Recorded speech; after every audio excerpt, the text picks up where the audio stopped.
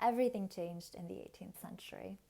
This is the period of Enlightenment, of French and American revolutions, and the destruction of distinctions based on birth is replaced by the idea of merit. The heart begins to mean more than mere blood.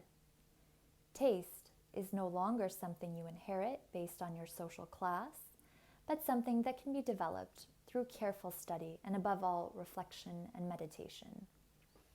This class is going to focus mostly on the work of this period, the period when people began to take a personal and political interest in the cultivation of their taste because they no longer believed it was a function of whether they were born onto silk or hay, but rather it indicated the degree to which they could think for themselves and create a better world around them.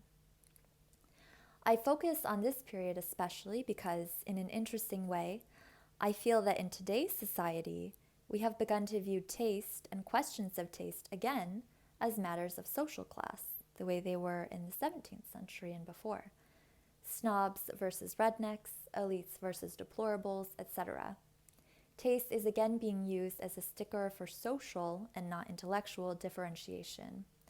The famous French sociologist Pierre Bourdieu claimed in the 1980s that the supposed cultivation of taste was merely a cultural practice that, unconsciously or no, functioned to reproduce class divisions, i.e., Paul gets into a popular fraternity because he has a BMW, he gets a good job because he was part of that fraternity, etc. It's a pipeline.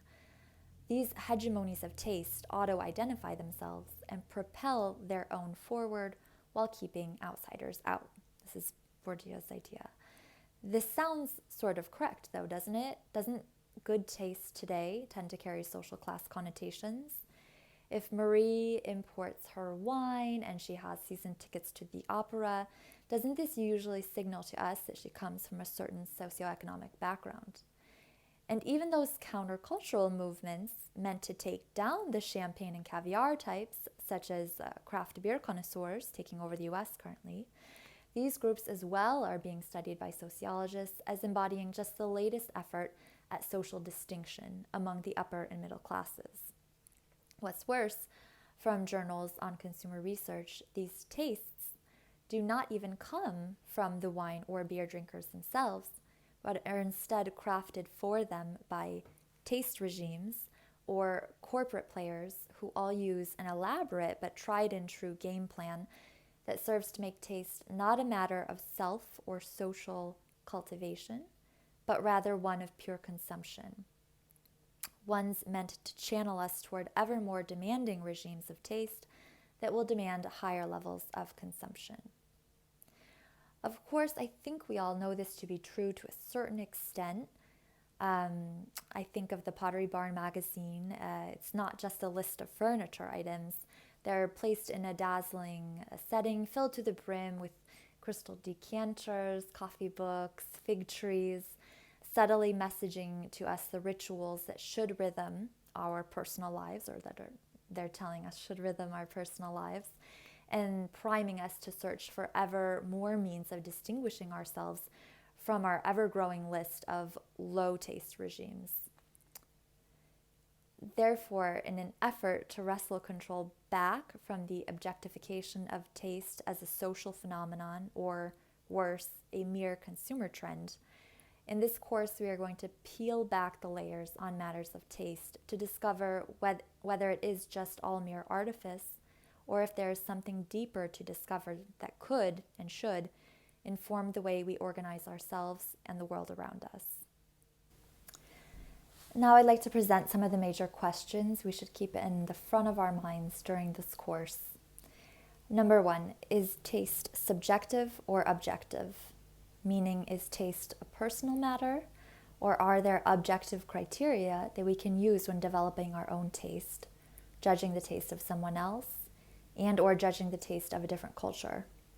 In other words, is taste relative, meaning it depends from person to person, or is there something definite about taste, some core principles that guide taste toward good taste or bad taste?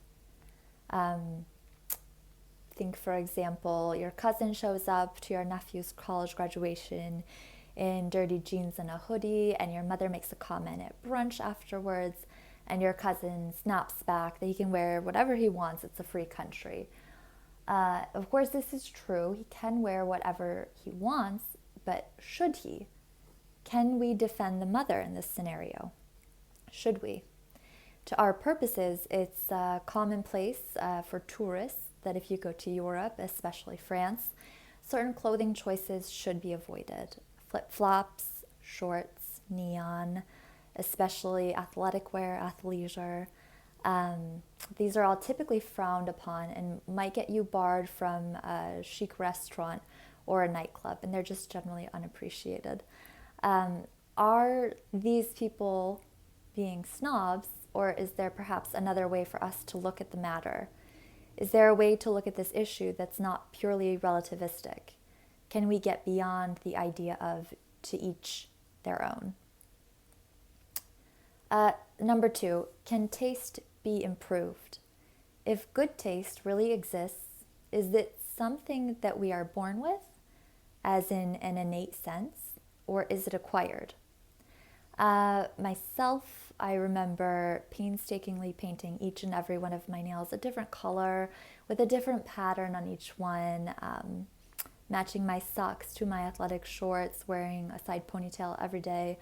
I received a lot of baffled looks and admonitions, and I'm glad to say that I no longer style myself this way. On a different level, I also recall hating art museums when I was younger until I took my first art history course. And now I basically plan any and all trips around museum exhibitions. So taste, if it is considered as a measure of how much pleasure our mind and body receive due to a certain stimulus, I think that we can say it definitely changes through life. Does it improve? And what does that mean to say if it does improve? Number 3, and this is kind of the flip side of the previous question, can taste get worse? Can we go from having good taste to having bad taste? And I would really like you to think about this question, because although it does seem just like the perfect opposite of the previous question, can taste improve? I don't think that examples naturally abound, and I'd like to think about why that is. Number 4, hopefully. Is it useful to have good taste?